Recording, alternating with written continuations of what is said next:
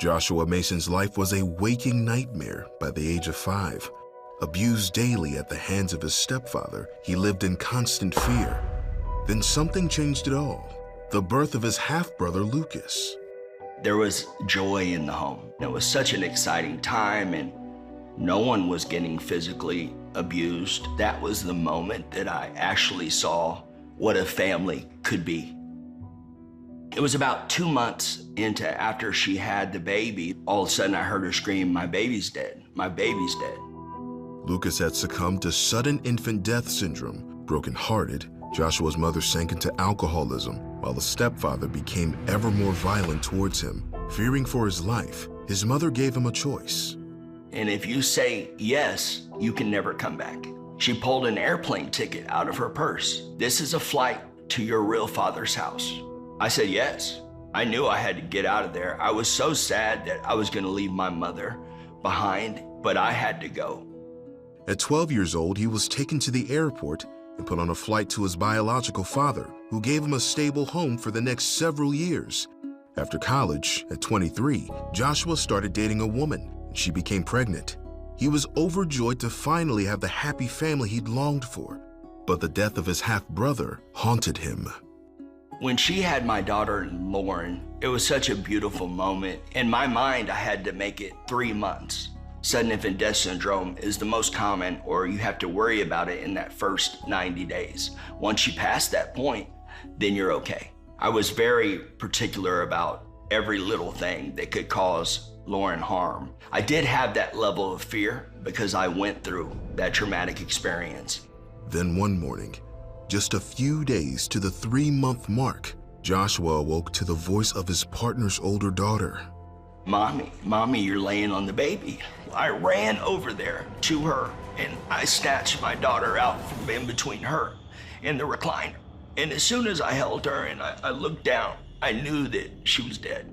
I felt so much anger to the woman I was with. I blamed God. Why'd you take her from me? Joshua separated from his partner and spent the next several months struggling with severe depression.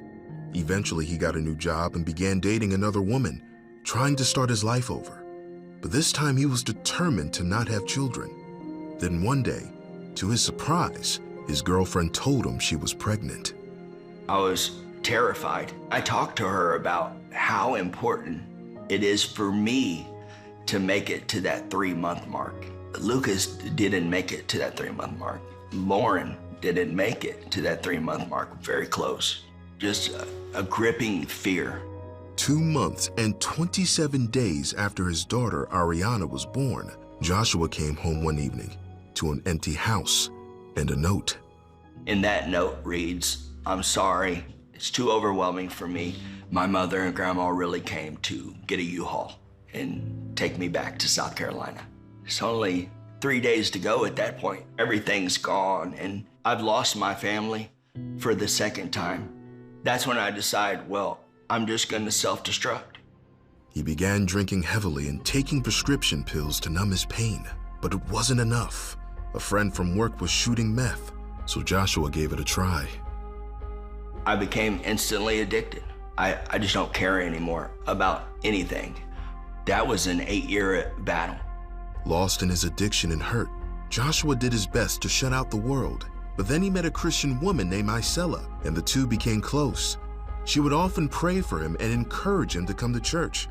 Joshua hated God, but after experiencing an overdose that nearly killed him, he wanted to change. She would always tell me from the beginning, you need God in your life. I started going to church. One night the pastor said something that really stuck out to me. The devil comes to kill, steal, and destroy. I had essentially blamed God for killing my daughter, stealing my family, and destroying my life. But I never knew that there was an enemy or the devil on the opposite end, and that was who the blame needed to be on and should have been on. One night, I came home from a service and I went into the bathroom like I normally do, and I got the little baggie of methamphetamines out and I got the needle over here and I'm looking at it and I just thought, I have to stop. God, if you'll if you'll have me, I want to give my life over to you. Took that bag and I flushed it down the toilet. And I surrendered that night to Jesus. I felt joy again.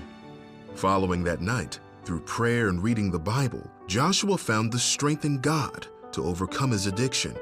He also came to terms with his past, forgiving his abusive stepfather and those he'd blamed for destroying his families. He's now married to Isela and serves in ministry, helping to meet people's physical needs while pointing them to Jesus.